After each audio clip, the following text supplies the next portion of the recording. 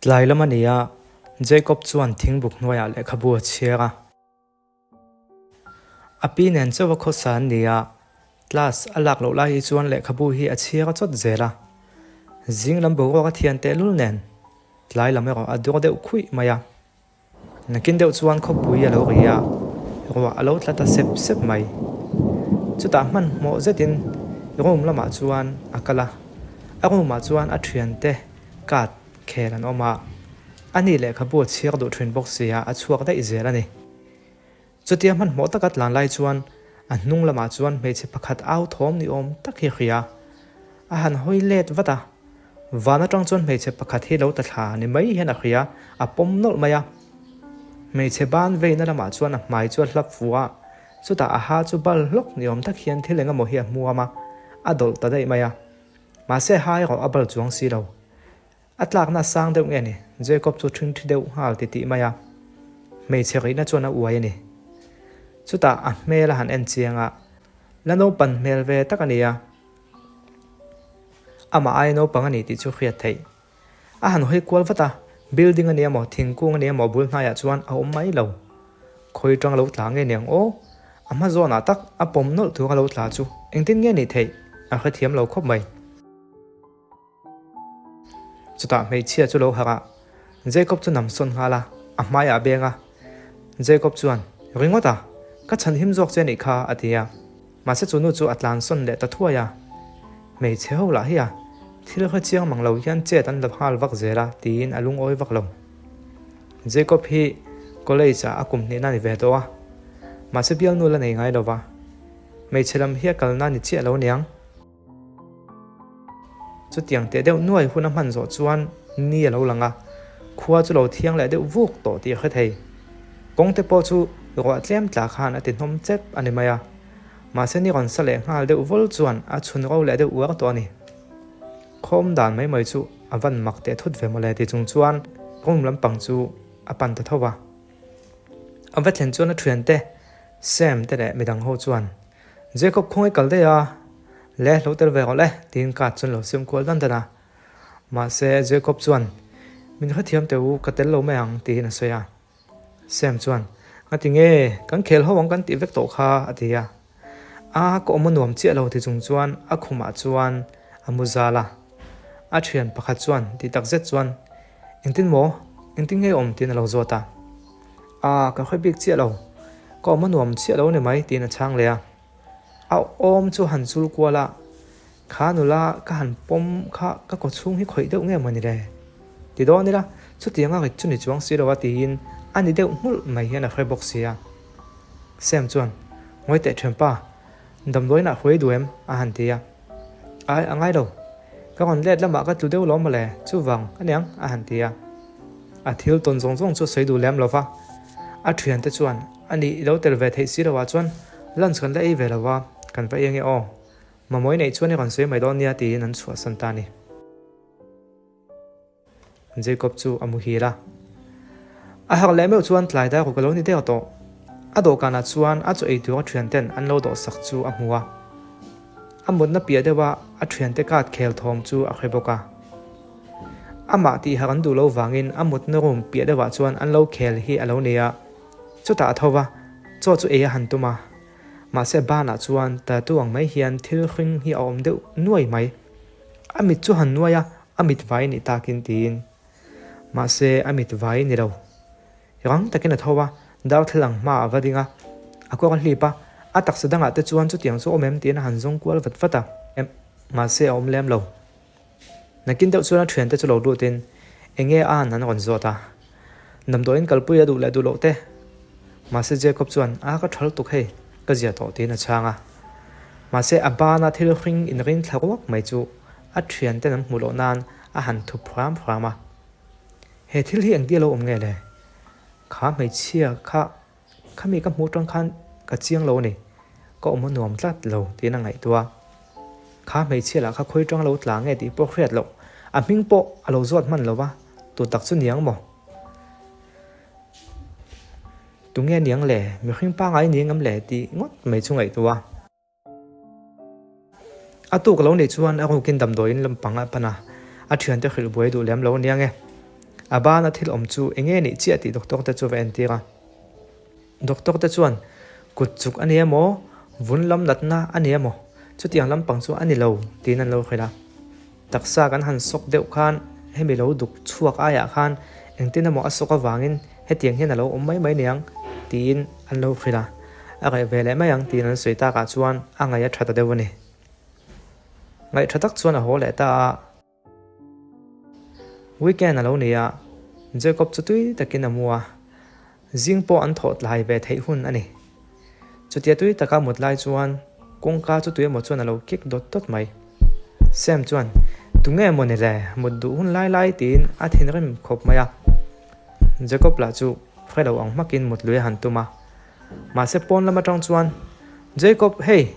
me che pakhatin kongka kon kekania an lo tia chuta sem chuan enga me chia tin a in per thozak maya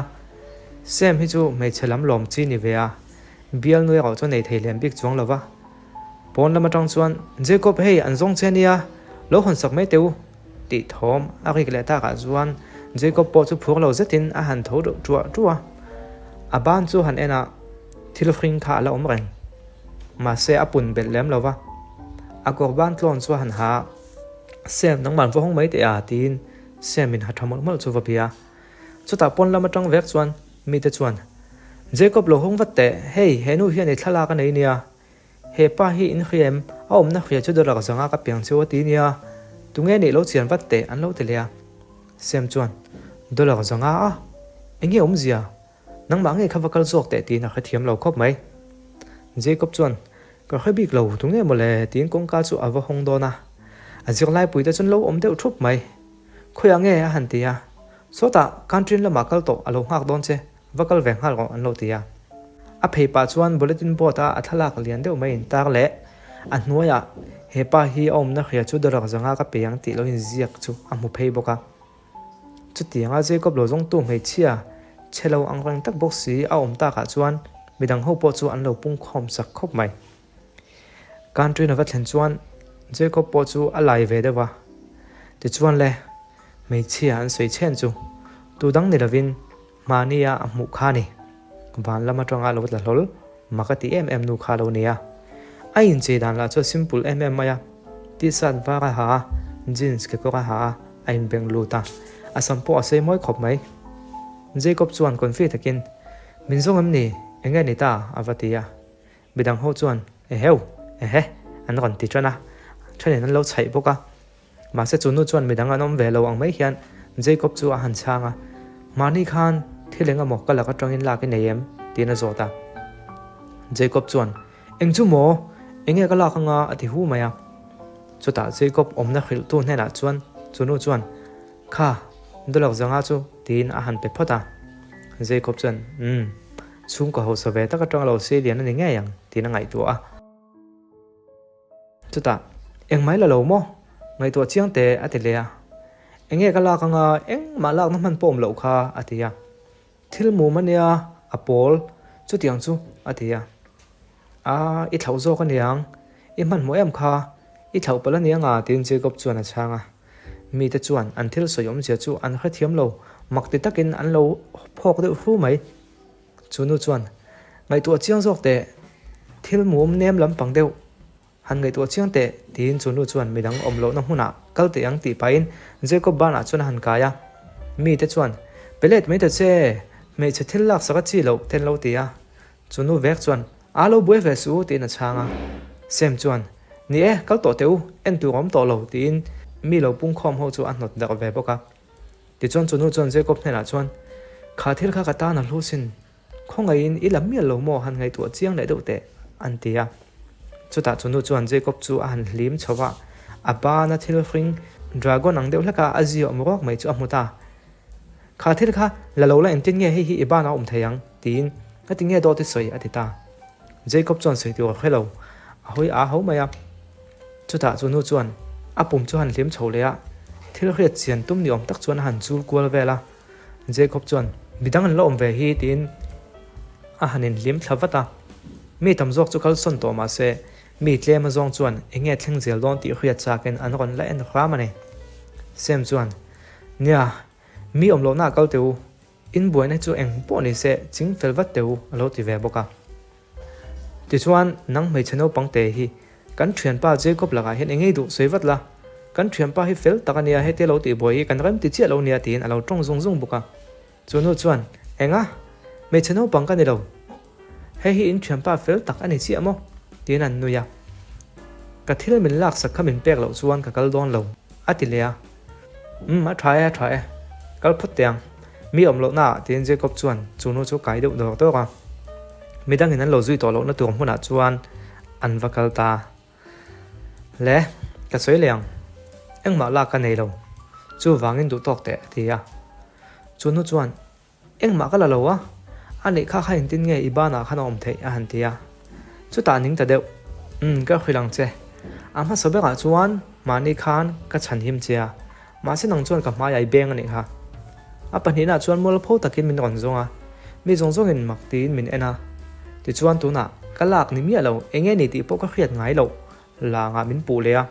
tunge moi ni le tin a thin ran ta dewani engpo ni se ti khani bue lo bue te kagal tram tin thil e tu le tu kana kal santa ma se chunu chuan lo zui ve zel maya e tu ala ya ale yang chi mai chu lo le ve a thut na bula chuan a kon thuwa a e yang ina e ya ati dan chuan ati ta zel maya chuta hey ente khongai min kal sante I thil eng ma lak ka nei lo ati lea chunu chuan iba na thil om khami inzia kha ila ti ti chiang tu ni sia lom khoya ngai da soi mai te ipum vela khana om ning ka khia anti lea hak chuta Jacob chuan chunu chu chiang zo ken han ena ako ka hak tele a mel te la no pang tak tu anga ya ma se no pang tak chu ni ka nom chi to lo dolok zanga ul sam taka nei thei dana te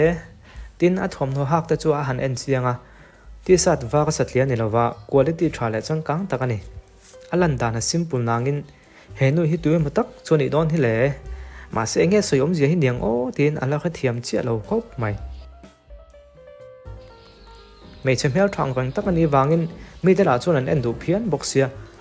Jacob chuan I local na hla om sia I chung te pon an ngai tuang che le le va vat la thang nia ka le don alom ma se ka thil min lak sakha min pek lo chuan ka chung te an kha chuak anga an ma ni zo kan kon kal vai chuan itana pui don lutuk atia Jacob chuan abula tonga chuan thil thlengdan chu han ngai tu non ma se eng ma chu tiang ala ko ma kha thei bok si lo chuta I chung te polo kal ta se eng ma ka lak lo thu bak soi tu ka nei lo khongai min kal san mai te mi ten min hmudan hi dik lo zo vek don tin a ngen lea chuta a tho sana lai boy wai lama kal dai te anga tia ma se chunu chuna kon zui zela lai boy wai ka ta phora a chunga chuna luluta chunu chu a lo lut ve thei ta chi alawa Jacob chuan kha khani mai lom tin deu so pa chuan bai bai ya ma se chunu chuan nang ma zo kha min kon le jong le don tho ania tin a kon awlom loma ma se khela wang makina lu san ta ni Jacob pe angai that chi alawa tunge khanu khani tang o he ka ba na thil hring lo om ringot nen hian enge in zum na nei angai to na chon zo na tam tak om lai boy ya chuan da ka ni vela om nuwa a le kha bu chiar du tu te chu ala khoma pona chuan a chuak ve ta a be se nge in khanu po kha lo om to lova ma se a ringwa chuan ala cham reng thowa a chan chu anu le pa te an local tak tak chuan enge thlengang o tin a lau thong ve thoni ma se anu le pa te palo kalang miang enge poi ama thiam lo pon ni thei lo an fanuin thada wanga ke ka lo boina tu om lo ti ngai dan chu neya ro ma va thlen chuan a thlen te chuan enge chan chin ni ta tin an lo khacha khop mai ma se Jacob chuan a ka ching fel vek tu e ati ol som eta a soi thui boi pe lo sem chuan a mel thot em kha tinge lo chel be deuh lo alo tia Jacob chuan mel hi om ziom be lo boina min thlen tuan ni chuan an mel thot na hi moi thei chuang lo atia nia ni ve thong mai zanin chui hodon ta em an tia o hei hodon ne ka le ka bu chiao tu po ka la khom vek to nak tu lama kan ni mula don nia tin weekend te ni boka mani in lama riak tu ran Jacob chu a ho ve ta ni ma se abana ta tu ang tak hring de oi mai chuan ami ta la thrin khop mai cái pin hay hiểm mũ vậy chuan mi om thadu lo ho có me mo tinge nghe yang tin ngai tua chu ta ai lo ten huwa chuan ba sa chuan alo mu thua hak le me chuan an in om na zon chuan lo thleng trap tua ba sa tang chuan chukin ke in an in om na tak chu la kalanga ya ka man to tak tak te chuan an tlan pel fuwa tu man lo chuang ve ta che ti pon tum lem chuang lova lelama chuan tun la yan mel khiat lem lo phuk ri ngot hi him lo na chin te po a om ve a vui khan lem lova in ava thlen chuan kapi yo mem tin awa e buya i lo ho to mo tun tum chu i valo tlai ve atia nie ka le khabudu ho zong te ka zonga ka ri ve do lo male enge tun kar chung i lo ti boyem an tia angai ni mai in level te ka ti fa ya in chung ankle finance ipute lo leng thrin boka sanga te min man saka atui khop mai atia anin pialo ka hen luya oma wangin sanga po anwa man mai zel boka e chuan Jacob inu le pa te po thale chuan an lo ho theidon ani chu an nan tluang ani chuan a hantia animo an valo ho ma le ang reng si ve donina tin chokalama chuan anin zui luta ipute ya ati hi pujem sania thisen zom pui chu ni che lo nangin api hi lo kom lim ve thuina chu wangin putea tina ko mai zelani Jacob chuan kapi thil dang de dragon hi tak taka anom ringem ahantia dragon mo ome thon thua de po atam hi tin ngoi te kumsum ni kan ni lai po khan ke pon ka tong to lom engtin mo tin khya ta cha khop mai huan na ka tho line khuwa hi lo dong khup maya khopui te hi lo ria kol te lo phe zoi maya chuta chuan vana chuan dragon ni om tak mai thlok he ka mu lom ka thian te chuan chhum mai mu sual ani don chu min tia ma se tun thleng hian ka mu sual nin ka kha thei tlat lo atia Jacob chuan kol a phena sai tia imita ti vai te pon ni mai thei si na tia nia ani ma se mak deuh chu kan thian pakhat poi kha na mu ve tlat maya ani phei chuan vana tangena kan thlok thla lui tui chu kan do ta ti chuan a thlok chho le a ti na sei sin ani po atang na khop mai atia chutia seita ka chuan Jacob chuan a pi thu sei chunga event ta khop mai ani le ka pi atinge ton huna hianin kan mu to ngai si lo le a hantia kan sik le sa in thak dang lam na sar tu khian an hot bo te po ani mana tun ma tun nu om to ngai lo tam to mai ka khia china rengot po hian chutiang chu sei tu ka khato mai a hantia atinge chutiang te min zo tak a hantia Jacob chuan ka kha ve chak mai me mole tin thil dang a sei chun zoma cho e lo huna cho an han e khama chuan rai do te TV an enduna i chuan mu da lo huna a han mu wanga aban thil hring om chu a han thlek le thuina abana thil om chu an en chian hian dragon lem ang riau te hena khia ka ngai bel mai niang tin ain siam ma amu hil ta ni atu kalo ne chuan Jacob chi exala a be vet lo maya api chuan boya tun lai chu exal hi ilana san ve riau mai in school lama hi tur te hin omani lo mo a hantia ateu lo mai khrisel na tan tha chu ba ka kanin kut buan thuina exal kan la ve mai ni hi atia khrisel nan lo chu po iti ka ring tlat ipa hian ngai zong mai hi phal lo em ringota ke chu tiang ngai dan chu kan nei ve khak lo nia ngai zong te chu kan nei ve thei lom ma se mi thra le mi dik than da ne ro in zio tiang chu kan ngai chu wangin nang po mel du zong nei ni phut chuan in thup do su ma se mi dik le rin oman niam ti te chian ma saka tha idu le ron khruai honga i ron len puyanga ke chuan ka haudon lo chenia a hantia kapi hiya itio manglo thei amai ngai zong chu selo mai chia hum ka bengai thei nem han kom to tak ngel po mi pa ti do chu ka nei lo tin anui hak haka ngeleng chu na pi chu puya anin kom pa boka lailama e hostela alu lengai to wangin ain siama api chuan a ken tur thei le e tur le thil dang neu chu a beka chu na lo no ve a mai boka heng hi thian te khai pe ve don nia sem phei kha chu fel ria wing ka khia atia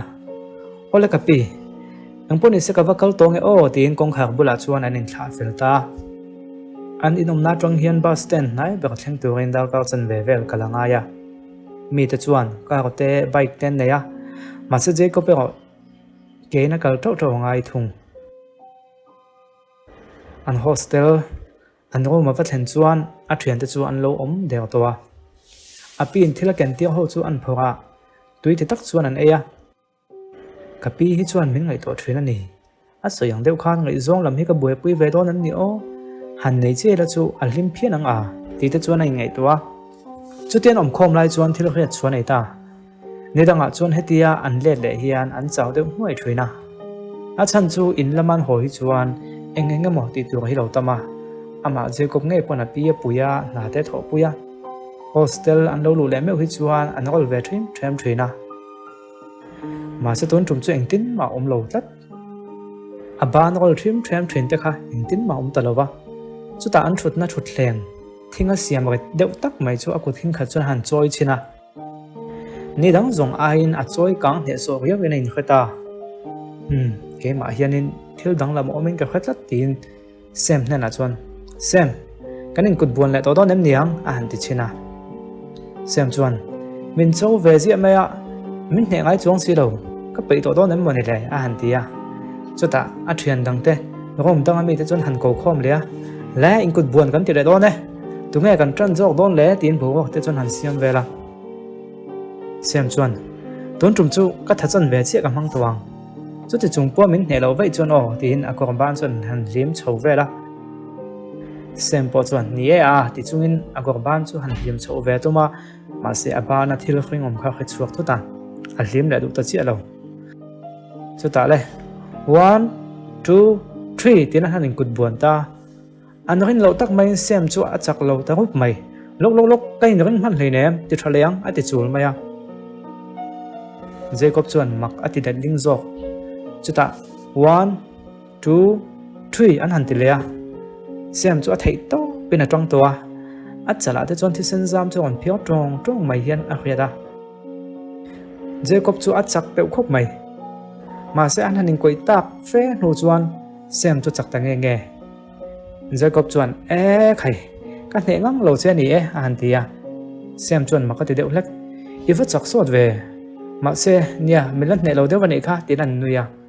khoi mo lo man kha tin chips e tuan le khom te chuan han honga an thian za ho chuan an han ei talwai maya chutia an om deuh nuai lai chuan Jacob chu pon lama chuan a chuaka ain ngai tu ta wang ka ma sa ka chuan ka ne lo hle khania ma se tuna chuan ka ne ta hle mai a voi ni na po kha ka du chuan ka ne thega ma se mak an ti ka lo wangin ka chak lo de ta mai khania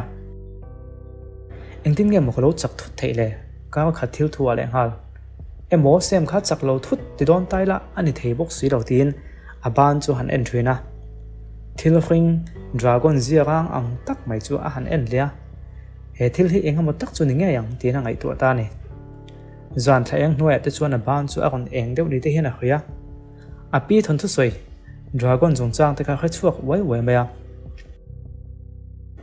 atuk lo ni chuan tla sangkal le towa a thian te chuan mania lo jong tu mei che jong chang ngot mai khan soya a hria pia ngan zota engtin nge ni ta ti te i bial nu em ni ti te a trend line Jacob hian bial nu nei ngai hlenem thiana chua zela lom ti tok ten lo ama nia Jacob hian du ve deuh te po anei thian ma se thian te hian an soi chuak thota thian thadewa anin chua le thei tok zel chumi ni wang chuan ngai zong ang hoi chuan mei che hi kom ngai dawa thiam po thiam lo chuan thil soi vel chu mei che pakhat ke thi chuan alo ngai ven ve rio maya henu po hi tun ma chuan star thina ma se a thian te na an ti bam sak vek tho khani ke thi chu mel wangwanga kapi khan ngai zong ka nei kha du deuh boka voi khat na na chu la try le la thang ma se ka thian ten ka du thuan khil lai khan engtin vak om si lawa ti te chuan hai ngai tua chu tiang ngai tua lai chuan alo mu thuwa a han hak le chuan an sar chuan alo la zio teu tlau maya chuta aban chu del mu deuh ni na khia a han chum deuh nok ka ma se aban chu ni dang ain a lian ni na khata tlat mai han en chian du viau ma se chutia aban a hlim mai chuan thil hring om kha midang an mu pha lau box si chuta chi chuan ani ataksa danglam na lek lek zo na chang thei tu chu khanu chau kha ni tiang ai tu chuak ta a thuam no ha kha ngai tu le le an pia lo ka high school no pang ho uniform ang dewani ti a kha chuak ta boka chu ve at last azo che ti a chon rang lu tu gen atlan chuak ngala a thian te po chon engai ti don tin an awa ma se chang man lo Barcelona chu high school om na chu vapan ngala awa thlen chuan an ni pon lo bang ve chia uniform ha school no pang ho chu chik taken aro ena kha a mei chemu kha a zon register ngot mai ne an zon yel po chuan hria ta ha khop mai alu te chu haida om ngoma a mi da kham vek to ni chu ti lai chuan an hung lam tong chuan min ron jong ta mo ti thom ma khata an hoile chuan mana mi chia chia kha ni chu ta a thian nu ni om ta ka bulami chuan Sophie tungeya alo tia Jacob ani hi kampia university zonglai sonia thil bataneya chungvel chu mole atia Jacob chon soi mai tu ka khelawa an ngoi do wangwanga chuan imhing tu Sophia mo an tia oni e min ron la zong don ka ti kha ma se tu na chu ni tlai to kanu le pa tan ka thil ti bo khan kha chuak to wa naktuk lama anon kal don itan popoi mai thenia atia chuta le lama hoya kal san hal wata Jacob chuan iron kal mai mayang hiang chuti ang thil eng ma la ka nei miau lova inge mo ka hlau tu om ni tin amot chu ti fu lo zo vek ti chuan an university lama chuna let lea ro ma chuan adu ta chu e po chak lo a khoma chuna muwa a thian te chuan a om dan chu ma kan ti sot khop mai ani hi khanu kha avail em mo ni le ke thi kha du ve le mo ka tia tun lai chu ve nei ang tlat tin an lo ti ve lai la ya atu ka lo ni chuan Jacob chuan a ban chu han en lea thil hring om kha adal to khop mai ma se a ban chu kan lian tel tel thunga athi senzam chu a kan om triap mai hian a khia a chunga hian thil engemaw tak a thlenga nei ti chu a khia a hlau thong tana zona tam tak anei ta ni chumi wang chuan amut po chu chezo veka a thian te chuan chutia an thian pa mut danglam tal tuk chu mei cheve ya nei ni in angai nget mia Jacob hetien dom kun rang tu kan hlei nem lo ka kan trin lama lan chu ve yang i ve jong te poi sei chuak venga tin a pe lo chu chung chuan ang kai chuaka chuti lai tak chuan ka dum nal zet mai hi an university ko ta chuna lo tlana alo ding ta chat mai kot sut moi takha palian ang reng tak pani hin lo chuaka heu tu ta nge ni o thil te sual an om nge so ka lam mian yang ni lawang mi sual zo kan niang tin a mo pian te chuan an lo en deuh thup mai chuta Jacob lam chun ron pana le Jacob in bang to mo kan bo sin ha ka kan che nia a kan tia sem te chuan an thiam pa chu an thla wata enge thilom zia hi mani a mei che pakhatin a kon zong chiam to boka tuna palian tak tak pani na kon lam le Jacob hi mi ho sa tak aniang ti don nila ama po hian makati ve thawa tu tinge a khriat sa ni bi kom si lawa tin mak an lo ti hlom viau mai Jacob chuan khul hai tak chuan tu tinge in ni o a han tia i khriat kha Sophie pa hi kan boss ania klasi ban ve le lam turin min tira a kai don lo nia local watla a fel ma ni mai an tia midang ho chu engman soingam lo an ngoi dak mai chuta Jacob chu polai takin chi ven han buka lo lu do le tin ka kong ka chun han saka adu wang pon ni rovin lau thona nen tin ama zo na tam tak nei si wang le a tak sa nang lam na thleng te chu chung te chuan ama zo na tam tak siama eng pon ni se chu mi pani local te chu zui ve phot a try na khia ka chunga chuan alut ta ole episode 2 kan kon chun zom zel lon ne